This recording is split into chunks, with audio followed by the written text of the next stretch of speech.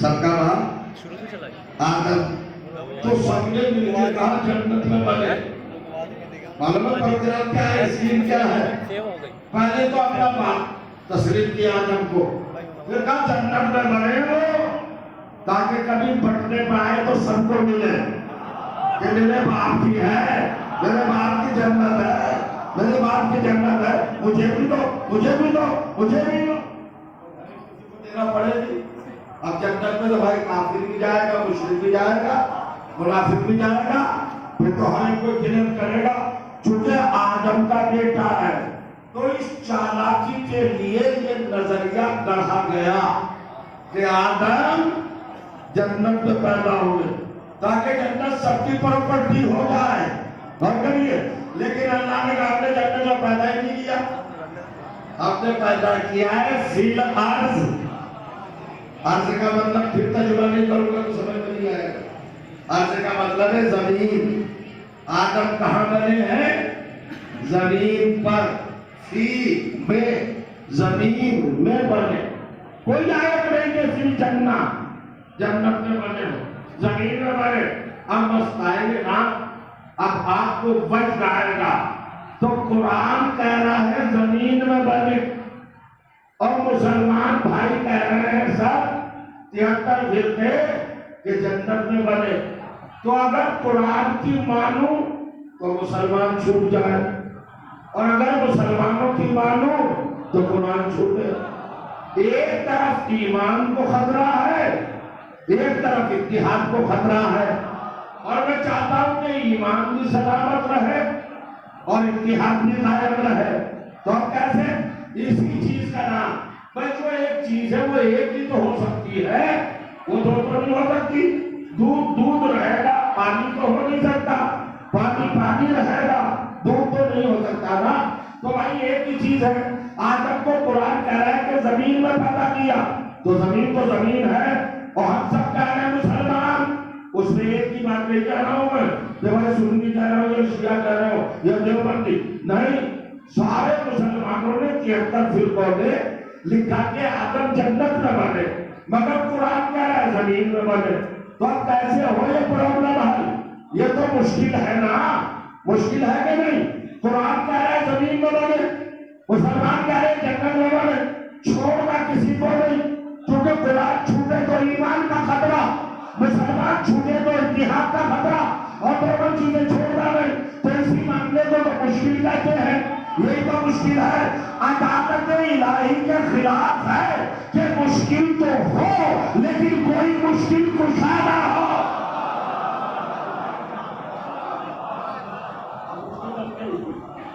मुश्किल अब हमारे साथ आने के बाद मुश्किल कुशा के दरबार में आए।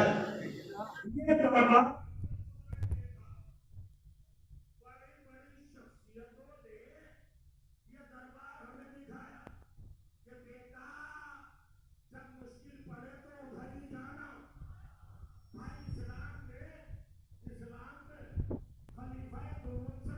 कोई है आलमी इस्लाम में, मुसलमानों में, और जो बादशाहों में, खलीफाओं में अगर आप तारीख पढ़ें तो हजरत उमर को सबसे मजबूत लिखा गया, सबसे तगड़ा लिखा गया, सबसे ज्यादा अदालत वाला लिखा गया, सबसे ज्यादा फैसला लेने वाला लिखा गया। लिखा गया कि नहीं लिखा गया? जहां में सबसे मजबूत लिखा, सबसे पुख्ता लिखा, सबसे स्ट्रॉन्ग लिखा, सबसे जमीन लिखा, सबसे ज्यादा सख्त लिखा, सबसे ज्यादा बहादुर लिखा मुसलमानों ने। वहीं पर यह भी लिखा कि इसी शख्स ने, इसी बहादुर ने, इसी दलेर ने जब भी दर्दों परेशानी पड़ी तो एक बार नहीं 72 बार कहा, अगर अली ना होते तो मैं हलाक हो जाता।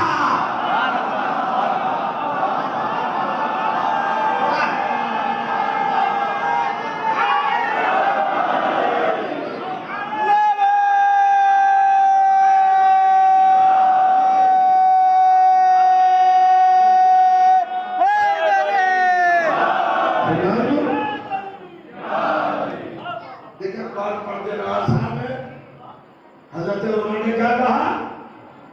लौला अलीयुन लहलाका उमर, 72 बार कहा है, 72 बार, एक बार नहीं कहा, 72 बार। और आप ये भी कई बार सुनी होगी रवायत, हर जगह पर होता है। हम तो कद्र करते हैं, बुजुर्गों की बात न मानने वाला कोई इंसान होता है? आलम इस्लाम की बुजुर्गों तरीन शख्सियत क्या करना है? अगर अली ना होते, कोई क्या होते का मतलब समझिए, है बिरयानी नहीं खाने के हजरतों में, कबाब खाने का मसला नहीं था, कौन में की बात नहीं थी। बात ये थी कि आने वाले ने मसला पूछा, जब बताइए खलीफतुल मुस्लिमीन ये मसला, बोलेगा जी ये मसला है, जाओ। अब वो मसला भयानक बन गया, मुश्किल बन गया। अब जब मुश्किल बना तो हजरत उमर आए दौड़े हुए हजरत अली के पास, जैसा मैंने बताया था, मगर ये तो मुश्किल बन गया। होगा नहीं उमर, घर बैठो आराम से, इसका मतलब ये है। अब क्या हुआ इसका मतलब? अब हजरत उमर ने कहा कि अगर अली ना होते, मतलब क्या हुआ? अगर अली को मैं सहारा न बनाता तो मैं हलाक हो जाता, अगर मैं अली के पास न जाता तो हलाक हो जाता, तो खत्म हो गई। यही तो बात हम मुसलमानों से कह रहे कि हजरत उमर जैसा इतना बड़ा इंसान भी अगर अली के पास न जाए तो हलाक हो जाए, तो तुम्हारी तो औकात क्या है कि अली को छोड़कर तुम बच जाओ?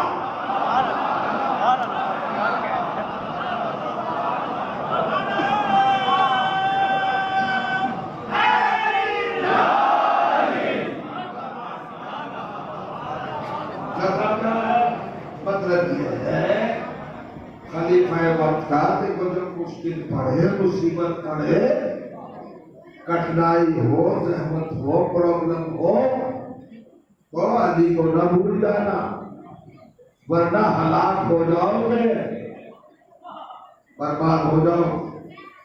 अब बहुत चौड़ी लंबी गुफ्तगू है, तो भाई साहब मसला मुश्किल अगर हो जाए तो अल्लाह की अदालत का तकाजा है कि मुश्किल कुशा हो, ताकि मुश्किल को हल करे। अब ये मुश्किल है कि नहीं नौजवान? भाई साहब मुसलमान कह रहे हैं अब्बा आदम पैदा हुए जन्नत में, ताकि सबकी हो जाए जन्नत। भाई अब्बा की प्रॉपर्टी पूरी औलाद की है या नहीं? तो जन्नत में पैदा करवा रहे हैं ताकि जन्नत सबकी हो जाए। और पुराने गाना है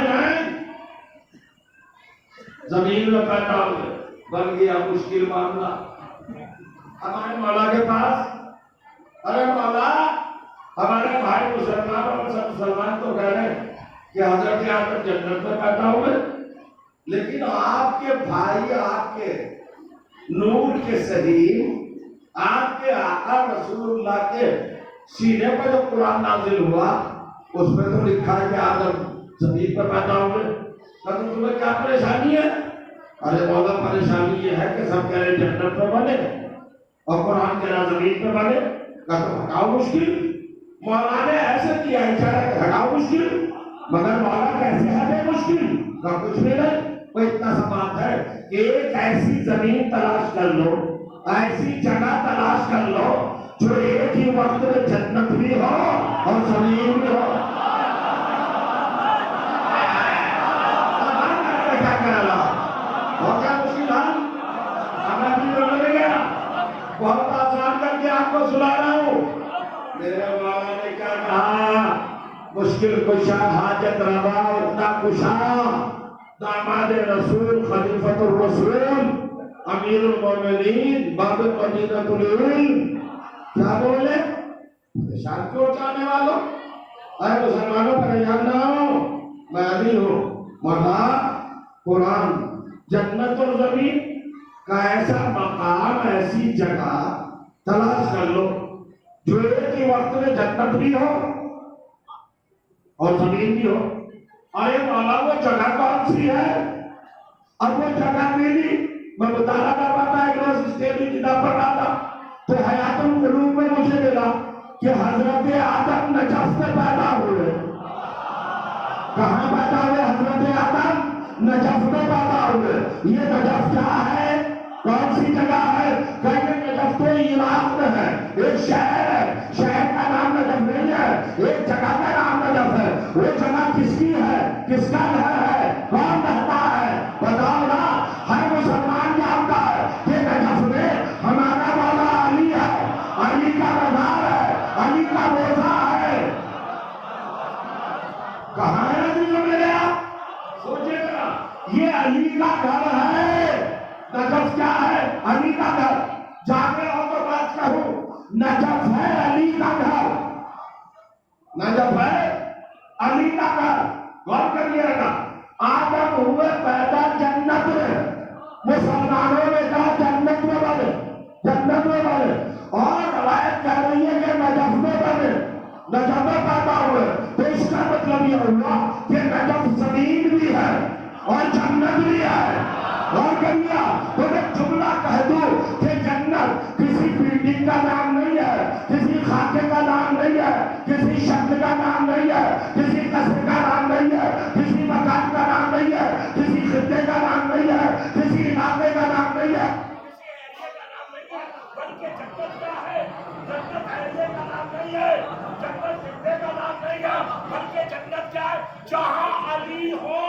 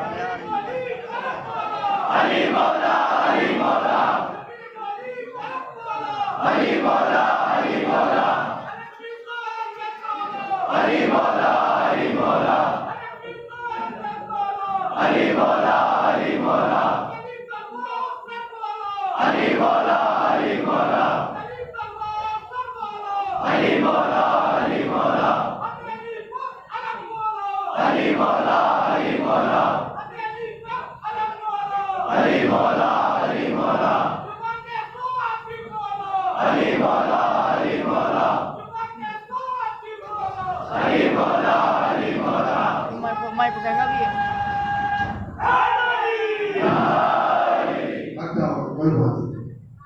तो अब दोनों चीजें जमा हो गई ना।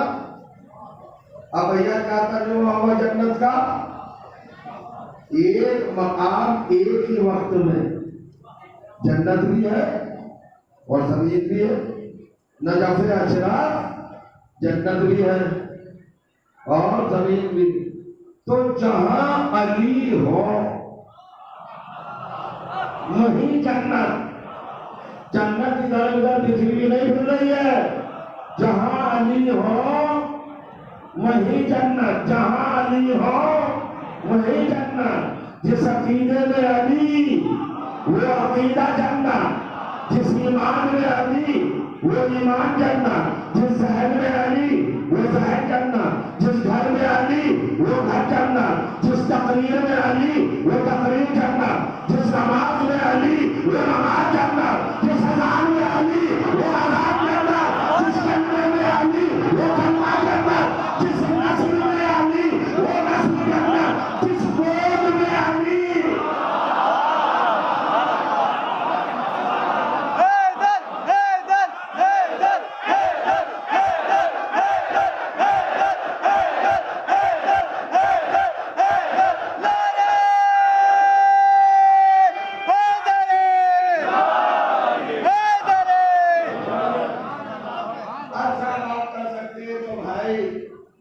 आपने ऐसी बात कह दी, जहां अली वही जन्नत।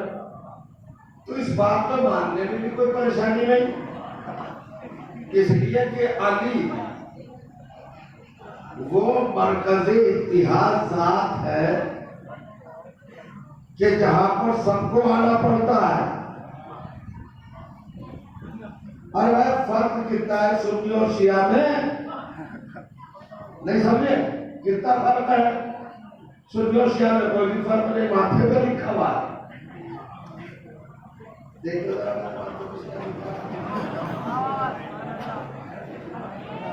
किसी सुनने के बाद में सुनने लिखा। पहली बात तो है कि जो सुन्नी है वो शिया भी है, जो शिया है वो सुन्नी भी है, फर्क ही नहीं। ये तो खाली एक अजीब बात है तफरका डालने वाली। किसी के बारे में नहीं लिखा अली वो जाति गिरानी है। भाई पूछो रसूल के बाद खिलाफत का मामला है, मज़हब अहले सुन्नत वल जमात अपने अकीदे में रसूल के बाद पहला खलीफा इसको मानते हैं हजरत उमर, दूसरा खलीफा हजरत उमर, तीसरा खलीफा हजरत उस्मान और चौथा अली। यानी सुन्नी अली पर आके खत्म हो जाता है और शिया अली से शुरू होता है।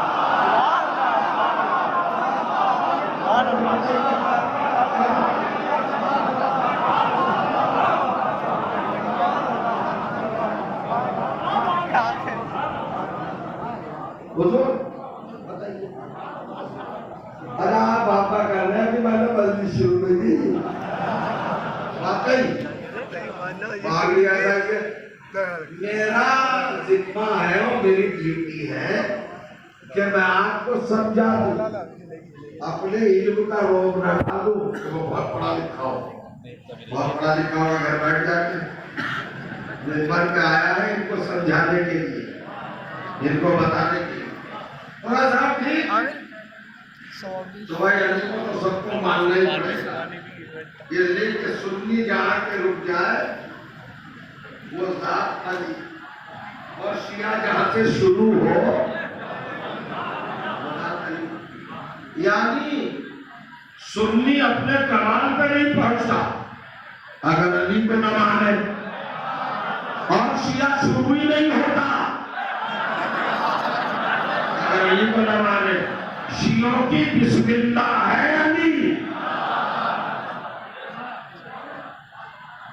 ये तो बड़ा अजीबोगरीब सिस्टम है।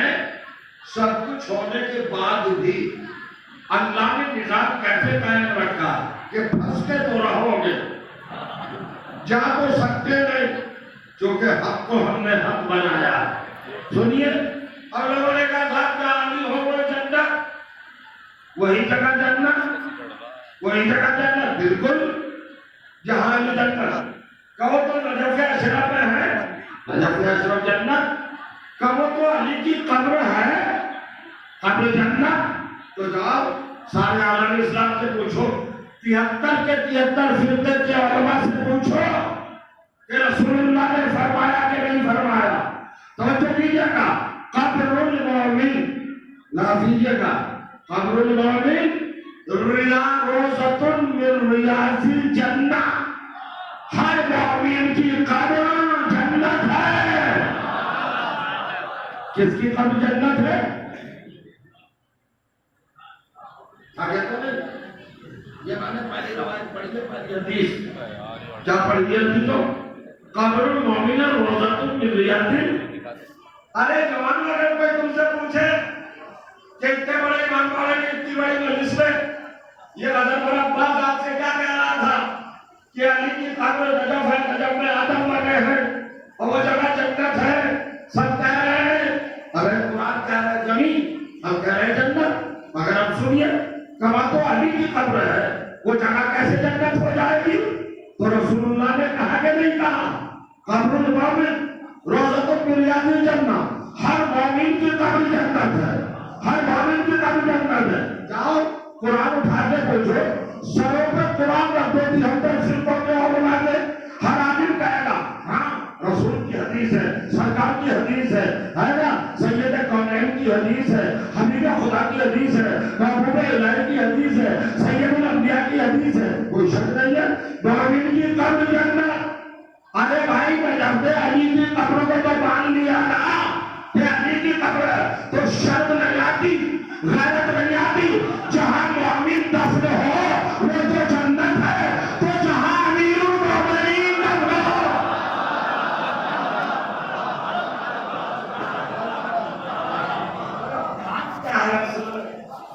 अब है बात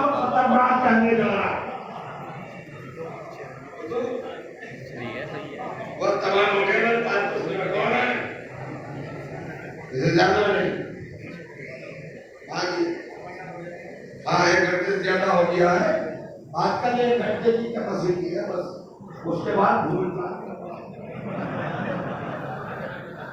है। और अगर भूलते नहीं तो बताओ 10 दिन में मौलाना माजिद को क्या सुना? मौलाना तबीयत पढ़ते गए याद है 1 घंटे से ज्यादा का अब याद रहेगा सुबह तक नहीं। इतना माशाअल्लाह ऐसा अच्छा सोहना खूबसूरत बेदार में भला किसको मिलेगा? पैसे देके भी तो नहीं मिलता। चाहे लीडरों से पूछ लो तो पैसे देते मगर ऐसा मनमानी ना पाते है। क्या कहना मेरे हुसैन बादशाह, किसी को बुलाया भी नहीं, सब आ गए। कैसे कैसे लोग आते असल में बात क्या? बस अब सुनो, आदम का अमल है भाई, नजफ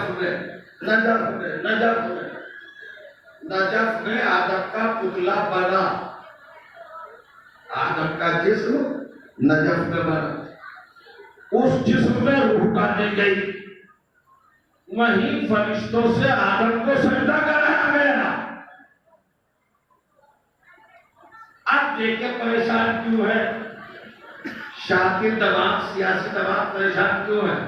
इतनी देर तो मैंने मजलिस पढ़ी है, अब आपको खाली सुनना है, मैं पढ़ नहीं पाऊंगा, समझना है जो कहने जा रहा। तो भाई इसी जमीन पर फरिश्तों ने सजदा किया, आदम को अल्लाह ने कहा था।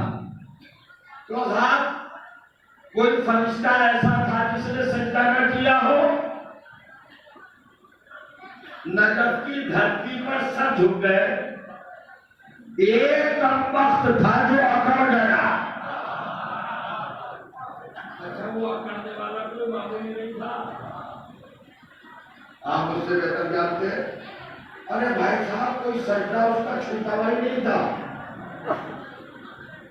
अब आप हैरत में पड़ जाएंगे, 2 रकअत नमाज 6000 वर्ष में पढ़ी थी। कितने? 6000। बहुत आसानी से कहते हैं जरा 2 रकअत 2 घंटे की पढ़ के दिखाइए। अरे शब कद्र में हमने देखा है ना, वो 100 रकअत कज़ा मुझे पढ़ते थे, हैं? अरे भाई सस्ता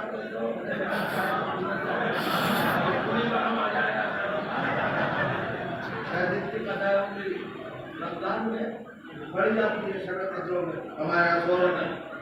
तो 100 रकअत नमाज नहीं होती, मगर भाई ना 2 दिन तो आराम के लिए चाहिए। और कितनों को तो मैंने देखा बुखार भी आ गया, और भैया खैरियतों का आदत ही नहीं किया, कर गए पहली बार नमाज पढ़ी इतनी है ना। तो 2 घंटे की नमाज में 6 दिन की कज़ाए हुई, सिर्फ 100 रकअत पढ़ी तो अकड़ गए। वह 2 रकअत 6000 क़याम में कितनी देर रहा, कबूल में कितनी देर रहा, सब कुछ रहा ना। अल्लाह ने कहा इब्लीस मुझे मानता माबूद, कहा परवरदिगार मानता तो हूं, अगर मुझे मानता है तो मेरा नुमाइंदा है आदम, इसके सामने सजदा कर जैसे फरिश्तों ने किया। पहला इबादत गुजार है जिसने इंसान की तौहीन की है। बहुत तवज्जो उठाना, आप भी नहीं समझा आपने। अल्लाह ने नस्ल इंसान चलाने से पहले कुरान में अपनी तरफ से लिख दिया कि अपनी इबादतों से खुश नहीं होगा, इंसान की ताजीम से खुश होता हो।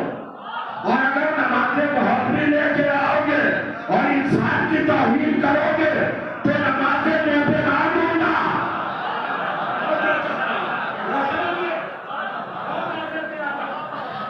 इंसान खाली इबादत अल्लाह ने क्या कर सकता? आप जो बगैर ही जाऊंगा परवरदिगार, मेरी आदत, मेरी फितरत, मेरी हॉबी, मेरी रविश, मेरा तर्क, मेरी सुन्नत ये है कि तुझे सजदे करता हूं, तेरी इबादत करता हूं। परवरदिगार माफ रख, आदम के सामने नहीं झुकूंगा। कहा निकल मेरी जन्नत से। सुन लिया आपने, कहां से निकाला? जन्नत से। आपके जन्नत आ गई।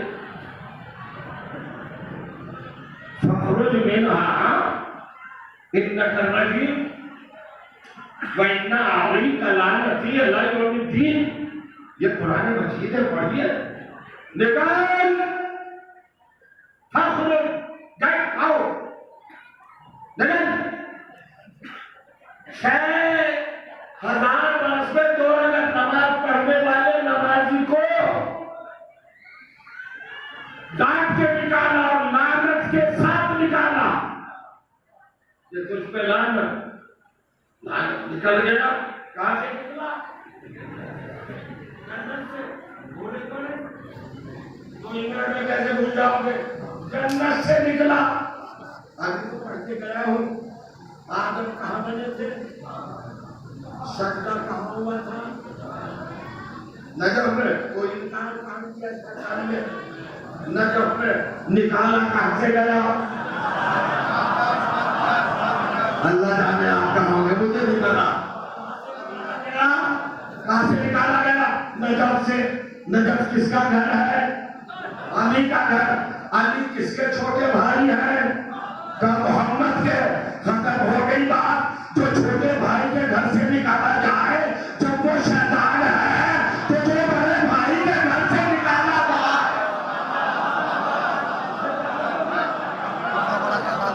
डरो, कहीं मोहम्मद अपनी उम्मत से न निकाल दे, अपने घर से न निकाल दे। पैगंबर कहीं नाराज न हो जाए। तो पैगंबर खुश कैसे हो, राजी कैसे हो हमसे? किस तरह वो पुरमुसरत रहे? अल्लाह का रसूल हमसे राजी करते हो। सही तिरमिज़ी, सही मुस्लिम इरशाद हुआ और कीजिएगा। हुसैन मिन्नी व अना मिन हुसैन अहब्बल्लाहु मन अहब्ब हुसैना। रसूल ने कहा मेरा हुसैन मुझसे, मैं हुसैन से हूं।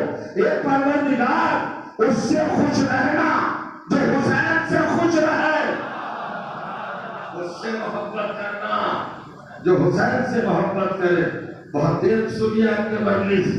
ये चीजें भुलाने की नहीं है, ये चीजें समझने की।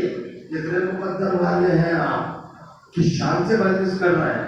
इस साल जाना किस तरह गुजरा है और कर रहे हैं। ये जमाना, ये पीरियड और ये टाइम मुसलमानों पे खास तौर से कितना नाजुक है, कितना मुश्किल वाला दौर है। खुदा की कसम, जब तक हुसैन को याद नहीं करेगी ये दुनिया, उस वक्त तक बीमारी से नहीं निकल सकती। इसलिए कि बीमारी खत्म ही जब होती है जब शिफा हो, और सारी शिफा का मालिक हुसैन है। हुसैन के जरिए मिलती है। किस तरह मिलती है? तो मैं बता दूं, ये जो आपके आंसू है ना, आंसू, ये आंसू क्या है? ये शिफा है, ये दवा है, ये दवा है। अब मैं कुरान का छोटा सा वाक्य पढ़ू, इजाजत है अजीजों? 4 मिनट और पढ़ लो। सुन, जनाबे याकूब अलैहिस्सलातु वस्सलाम का नाम सुना है? कुरान मजीद में 12वां सूरा है, सूरा यूसुफ। ये हजरत याकूब है, हजरत इसहाक के बेटे। हजरत इसहाक है हजरत इब्राहिम के बेटे। हजरत इब्राहिम खलीलुल्लाह जिन्होंने काबा बनाया, जनाबे याकूब उनके पोते, जनाबे याकूब के बेटे हैं यूसुफ। अजीब बात बताने जा रहा हूं। आज हमसे पूछे लोग कि बरस की कोरोना की दवा क्या है? कहाँ वैक्सीन के चक्कर में पड़े हो? लो आप चिकौड़े के मेंबर से दवा सुनो। सुनिए हमारा रामायण के साथ देखना क्या कहने जा रहा, ये दवा वो दवा रूस ने बना ली, वो फलाने बना ली, और फलाने बना ली, और सब कोरोना चल रहा है और दवा बना ली। जनाबे याकूब अलैहिस्सलाम अपने यूसुफ के फिराक में बीमार हो गए, इतना रोए कि आंखों की बीनाई चली गई।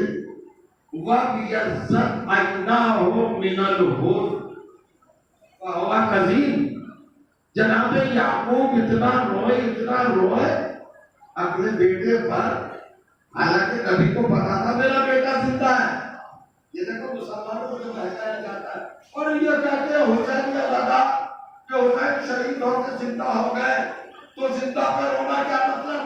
हजरत याकूब को नहीं पता था मेरा बेटा जिंदा है, तो फिर रो क्यों रहे थे? ये कुरान में लिखा है, मुसलमानों को भड़काओ नहीं। जनाबे याकूब की बीमारी चली गई, अब साफ चली गई। कुरान कहते हैं सफेद हो गई, पुतलियों से दिखना बंद हो गया। वह इज्जत ऐना हो, दोनों आंखें हजरत याकूब अलैहिस्सलाम की यहाँ पर इस मंदिर में पहुंचने के दिखना बंद। सुनिए, अब मैं कुरान पढ़ रहा हूं, अपने घर से पढ़ो तो मानना। जरा भी यूसुफ के भाई पूरा वाकया नहीं पढ़ना। जब वापस आए तो दोनों नबी, हजरत याकूब भी नबी, जनाब यूसुफ भी नबी।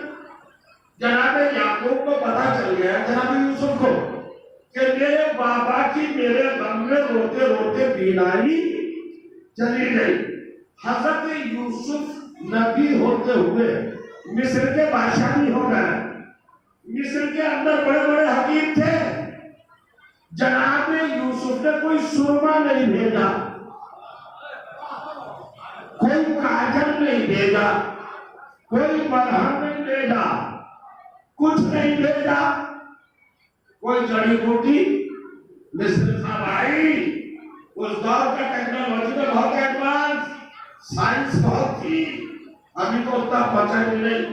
हजरत यूसुफ का माता कंट्रोल का बादशाह थे, हकीम बड़े बड़े, तभी बड़े बड़े डॉक्टर बड़े बड़े, कोई भी दवा भेज देते, किसी डॉक्टर को भेज देते ऑपरेशन करता, बीमारी वापस आ जाती। नहीं, अब पढ़ो कुरान, कहता है कुरान तो छोटी जगह, इस हकू में कमीसी हादा फलकू हो अला वजह अभी याद बसीरा, ये जाने वाले ले मेरा कुर्ता ले जाओ, मेरी कमीज ले जाओ, और ये मेरे पापा के चेहरे पे डाल देना, ये मेरे पापा के चेहरे पे डाल देना, मेरे पापा के चेहरे पर डाल देना। क्या होगा? याद बसीरा, गई हुई बसारत वापस आ जाएगी। और कहिएगा, कायनात में दो ही वफा गुजरे बावफा, कुरान ने जिन्हें बावफा कहा है, एक यूसुफ का लक़ब बावफा है, एक अब्बास का लक़ब बावफा है। सुनना, हजरत यूसुफ का कुर्ता जैसे जनाब याकूब की आंखों पर डाला गया, बीमारी बहुत फौरन वापस आ गई। और कहना चाहता हूं, दुनिया के मरज में मुब्तला रहने वालों, कोरोना वालों, आओ अब्बास के अलग के भरे से निकल जाओ, कहना ठीक हो जाएंगे, क्यों नहीं होंगे? जब यूसुफ का कुर्ता याकूब को ठीक कर सकता है तो अब्बास के अलग का भरेगा।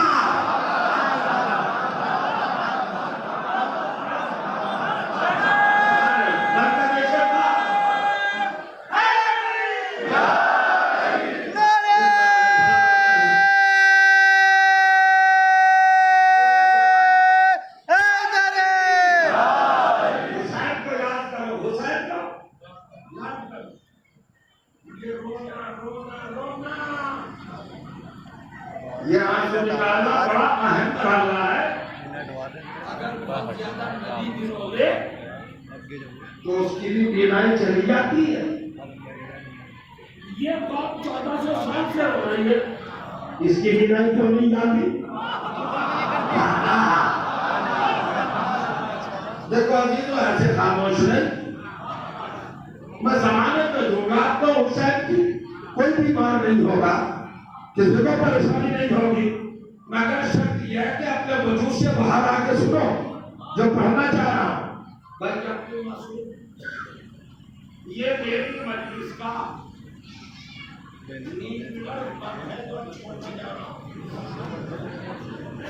जिससे इस्राइल अमेरिका और सबके साथ लश्कर के मर जाएंगे दुश्मनाने इस्लाम। तब ये आज तवज्जो करें, कमाल की बात। कैसे नबी है, मासूम है जनाब याकूब। आंखों की बीनाई का कम होना मतलब ये नूर कम हो गया तो नबी के आगे नहीं हो सकता। और फिर जनाब याकूब का हमसे जमाने का भी बड़ा फासला है। उनकी आंखें इस तरह की थी, सफेद हो गई थी और तीसरा बंद हो गया था। जिस कुरान में 2 रकात नमाज का तरीका नहीं था, उस कुरान में ये रोने रुलाने का वाक़या और ये आंखों की गिराई चले जाना। उनका भी रोए और अपने बेटे पर पीते भी रोए। तो मुख्तलिफ रवायत है, मेरे नजदीक बोले तो मेरा 14 साल रोए जनाबे या तो जनाबे बेटा गायब हो गया। देखो ये इस बीमारी की कोई दवा नहीं है, कोरोना की दवा है, इसकी कोई दवा नहीं। ये जो हमारी खवातीन की बातें हैं ना, नमाज हो, तिलावत कुरान हो, मजलिस हो, ये बातें ऐसी बीमारी बातें और मैं तो भैया इतना सा मौलवी हूँ, ये तो नबियों से काबू में नहीं आया।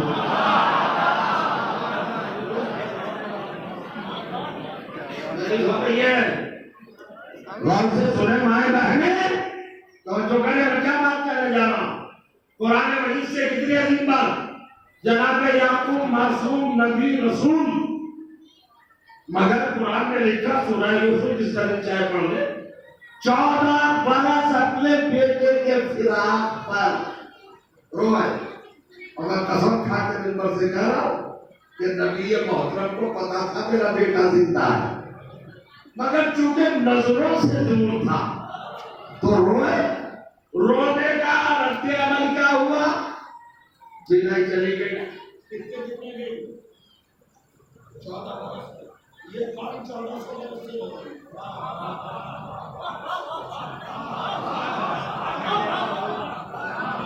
और सारे मेरे मासूम हैं। अस्तगफिरुल्लाह, हमें कोई नबी या मासूम अपना गुनाह का एहतराम कर, सारे गुनाह रोते हो गए नहीं। अरे भाई हर इंसान को कहे जब हुसैन का नाम आता है और 1400 बरस से रो रहे हैं, एक की भी नहीं रोते रहे। मुझे झूठा साबित करना मिंबर पर खड़े होकर करो, चले जाओ गलत कह रहे, मैं मजलिस में रोया था और मेरी फौरन भी नहीं चली गई। कोई आए मुझे झूठा साबित करे, चैलेंज है पूरी दुनिया को। आज तक हुसैन पर होने वाला 1400 बरस में कोई नाबीना नहीं हुआ, मासूम पे रोने वाला मासूम हो गया। तो चलो भाई ये बहस ना करो। अब जमाने के आई एक्सपर्ट जो हैं, आंखों के डॉक्टर, वो परेशान है कि हुसैन के रोने वाले अंधे जो नहीं होते, वो परेशान है। तो आज तक जवाब बता दो, ये बता दो हजरत याकूब नाबीना हुए थे? तो ये बहस ना करो कि नाबीना हुए थे, ये बताओ कि बीनाई कैसे वापस आई। कौन की बीनाई तो वापस आई कि बेटे का कुर्ता आंखों पे आ गया। तो एक मासूम की आंख पर अगर बेटे का कुर्ता आ जाए तो गई हुई बीनाई वापस आ जाती है। और या तो औरत इधर रोता है और पानी फातिमा का रुमाल आ जाता है।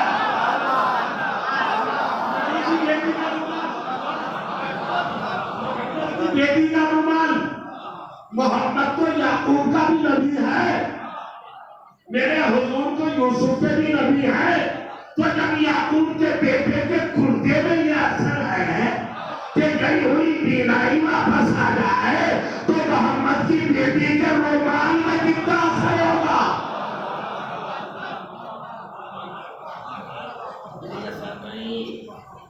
अब बस खत्म हो गया, सवा घंटा हो गया, बहुत होता है इस गर्मी में, इस रात में, इस माहौल में। बीमार नहीं होंगे, अज़ा खाने से जाओ, फर्जंदे रसूल पर लो, आंसुओं को मलो, हाथों पर सैनिटाइजर की जरूरत नहीं है, आंसू है आंसू। और ये कौम तो बीमार हो नहीं सकती, चूंकि इस्लाम बीमार नहीं तो मुसलमान तो बीमार होगा। साहब इस्लाम बीमार तो नहीं हो सकता, नहीं हो सकता। एक बीमारी की हद होती है, बीमारी के कुछ सिम्टम्स होते हैं भाई, जो होती है बीमारी। इस्लाम बीमार हुआ था, आपने देखा हॉस्पिटल में क्या होता है, जब निहायत कमजोर हो जाता है मरीज, दवाएं काम नहीं करती तो खून चढ़ाया जाता है, खून चढ़ाया जाता है। फरमाने तो इस्लाम जब कमजोर हुआ तो हुसैन ने करबला में 72 का खून चढ़ा दिया, तो अब इस्लाम तो कभी बीमार होगा ही नहीं। लेकिन भाई एक बात जरूर है, मेरे खून तो चढ़ गया था, निरंतर ताकत वाकत है कि हाँ भाई फिर भी थोड़ा सा वायरस है, जैसे बीमारी है, खून तो नहीं चढ़ाएंगे, मगर थोड़ी सी वीकनेस को दूर करने के लिए ग्लूकोज जरूर चढ़ा दे। हमसे लोग पूछते हैं, जब करबला में तुम्हारे हुसैन इस्लाम को खून दे चुके थे तो तुम रोते क्यों हो? तो मेडिकल कॉलेज के उसूल ही नहीं पता।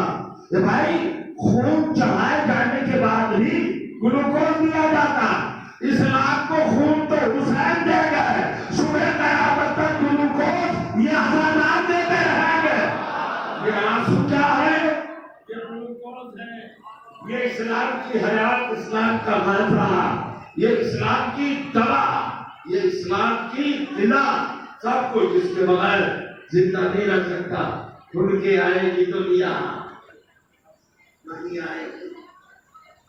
बस एक छोटी सी गुजारिश कर दो, बेका फतह अल्लाह व बेका यख्ति बिकुम यख्ति। अहले बैत, इस कायनात को अल्लाह ने तुम्ही से शुरू किया है, तुम्ही पर तमाम करेगा। आना है दुनिया को। आज 13 मुहर्रम गुजर गई, मैं जाकर देख रहा हूँ लोग नजर आ रहे, ये प्यासे हैं मुहर्रम के। आपके दिल खोल के हम करबला के मजलूमों पर रो नहीं पाए। आपके तो तसव्वुरात में आंसू आते रहे। खत्म हो रही है मजलिस, बस छोटी सी मजलिस, बड़े बड़े तमाम बैठे हैं। अब मैं किसी बड़े शहीद का तस्करा नहीं करूंगा, आप रो लीजिएगा बस, और जिलिया कर लीजिएगा, अपनी आखिरत का साथ कर ले, अपने रसूल को खुश कर ले, उनकी बेटी के दिल के जख्मों का मरहम बन जाए। ये आंसू बड़ी कीमती चीज है। अल्लाह ताला को भी आंसू बहुत पसंद है, बहुत पसंद है। कुरान मजीद के बाद पढ़ेंगे तो आंसू का तस्करा वहाँ है, तो बहुत पसंद है। शुरू से दिल से हुसैन पर रोइए, बहुत पसंद है, शिफा है, कोई बीमारी करीब नहीं जाएगी, है ना। हमें आपको सबको बताया करबला में कितने शहीद हुए, 72। अब मैं मसाइल भी नहीं पढ़ पाऊंगा आपकी खिदमत में। और सच्ची बात यह है कि ताकत ये है, इन हस्तियों के मसाइल कौन पढ़ सकता है? कोई नहीं पढ़ सकता। ये तो बस अल्लाह की मखसूस बनाई हुई शख्सियतें थी जिन्होंने बर्दाश्त कर दिए ये मसाइल। हम तो बयान भी नहीं कर सकते, सुन भी नहीं सकते। ये मसाइल सुन के लोग मरे हैं, मर गए, अब देखे कैसे बर्दाश्त करेंगे। करबला में एक नन्हा मुजाहिद है जिसे करबला की जान कहना चाहिए, उसे सब जानते हैं। मुसन्ना, उसका नाम है अली असगर। उम्र कितनी है? 10 मुहर्रम को 6 महीने की। प्यासा कितने दिन का है? 3 दिन का। भूखा कितने दिन का है? 3 दिन का। मख्तर में लिखा है, रवायत में लिखा है कि वालदा गिरानी का दूध भी खुश्क हो गया। इतना प्यासा। देखिए, बराबर से बराबर वाले की लड़ाई तो समझ में आती है, समझ रहे हैं? लश्कर लश्कर से लड़े, मर्द मर्द से लड़े, जवान जवान से लड़े। एक ऐसा बच्चा जिसके होठों पर पपड़ियां जमी हुई हो, जिसकी जबान पर कांटे हो, जिसके होठों का रंग नीला हो गया हो, उनका प्यास की शिद्दत से उस बच्चों को लेकर जब हुसैन करबला में आए और आपने अपनी मजलूमियत की सनद इन अल्फाज में पेश की, ये दुश्मन इस्लाम लोगों, ये लश्कर आदा के अफराद, मेरी तुमसे जंग है, मुझे कत्ल करो। इस बच्चे ने क्या बिगाड़ा है? इस उम्र का बच्चा तो किसी मजहब में सजा के लायक ही नहीं है। ऐसा करो, इस बच्चे को पानी पिला दो। किसी ने पानी नहीं दिया। ये करबला के 6 महीने के बच्चे के साथ जालिम की तरफ से अमल हुआ। इमाम ने कहा, अली असगर हुज्जत खुदा के नाम लो बेटा, तो हुज्जत तमाम कर दो। इस बच्चे ने अपनी नन्ही सी जबान अपने होठों पर इस अंदाज से रखी कि करबला की जमीन हिलने लगी, इनकलाब बर्पा हो गया और जितने भी लश्कर यजीद वाले थे वो भी पलट पलट के कहने लगे, हमारे साथ हुसैन सच कह रहे हैं। इस बच्चे की क्या खता है? ये बच्चा बेगुनाह है। यानी इनकलाब आ गया था करबला में। फौरन हमारे साथ जब करबला को बुलाया, करबला का वो तीर जिससे अली असगर को जिबा किया, वो तीर जहर में बुझा हुआ था। ये रवायत आपने मसाइब के दरमियान मुहर्रम के अय्याम में 10 दिन जो गुजरे हैं, खतीबों से, जाकिरों से, नौहों में सुन ली है। मैं पूरी नहीं पढ़ूंगा, बस इतना पढ़ूंगा। ये अकेला शहीद है, अकेला मकतूल है जिसकी कब्र करबला में हुसैन ने बनाई। आवाज़ ने देखिए, 1 या 1.5 मिनट के मसाइल में आप कोरोना बहुत है। हजरत अब्बास की कब्र नहीं बनाई, इमाम हुसैन ने और मोहम्मद की कब्र नहीं बनाई। अपने भतीजे जिसका लाशा पामाल हो गया था, कासिम 13 साल का यतीम भाई की निशानी, उनकी कब्र भी नहीं बनाई। अपने भांजे और मोहम्मद ज़ैनब के दोनों बेटे लाशें लाए हुसैन, और लाशें लाने का अंदाज क्या था? ये गंजे शहीद था, इज्तिमाई कब्र, वहां के लाशें रखे जाते थे। ये कासिम का लाशा, ये अली अकबर का लाशा, ये और मोहम्मद का लाशा, वहां कब्रें बन गई। बाद में ये 13 मुहर्रम के बाद बनी है कब्र, लेकिन आशूर के दिन कोई कब्र नहीं बनी। लेकिन जब अली असगर के गले पर तीर लगा तो हुसैन ने इस बच्चे की कब्र बनाई, इस बच्चे को दफनाया। अब सुनिए, मैं आपसे दिल का दर्द सुनाने जा रहा हूं। जो कब्र बनी थी, सुनिए, अब ये क्या हुआ ना कि 71 कब्रें करबला में नहीं बनी थी, आशूर के दिन एक बनी थी। 71 कब्रें आज मौजूद है, एक नहीं है। हजरत अब्बास की कब्र है, अली अकबर की कब्र है, और मोहम्मद की कब्र है, कासिम की कब्र है। शायद आपने रसूल ने क्या पूरे तौर पर नहीं सुना। जो कब्रें आशूर को हुसैन नहीं बना सके वो आज भी है। और जिन्हें अली असगर की कब्र बनाई थी वो आज नहीं मिलती। शेख मेहदी कश्मीरी एक बहुत बड़े आलिम दीन थे करबला में। आपकी तरह हमारी तरह जाहिर गए और उनके दिल में जज्बा पैदा हुआ कि करबला जाकर एक एक शहीद को सलाम करेंगे और सबसे बड़ा नजराना अली असगर को पेश करेंगे। हर एक कब्र पे गए और जाकर सलाम किया, नजर अकीदत पेश की, मातम किया, अज़ादारी बर्पा की, ज़ियारत की, लेकिन उन्हें कहीं पूरी करबला में अली असगर की कब्र ना मिले। 13 मुहर्रम की गुफ्तगू कर रहा हूँ आपके सामने, नहीं मिली तब जनाब अली असगर। ये तमाम ज़ाहिरीन पूरे काफिले के लोग मिलकर जनाब शेख मेहदी करबलाई कश्मीरी के पास गए। आयतुल्लाह के बड़े आलिम थे कि सरकार ये बताइए सारी कब्रें हैं, अली असगर की कब्र कहाँ है? अब उनकी भी कब्र छोड़नी थी।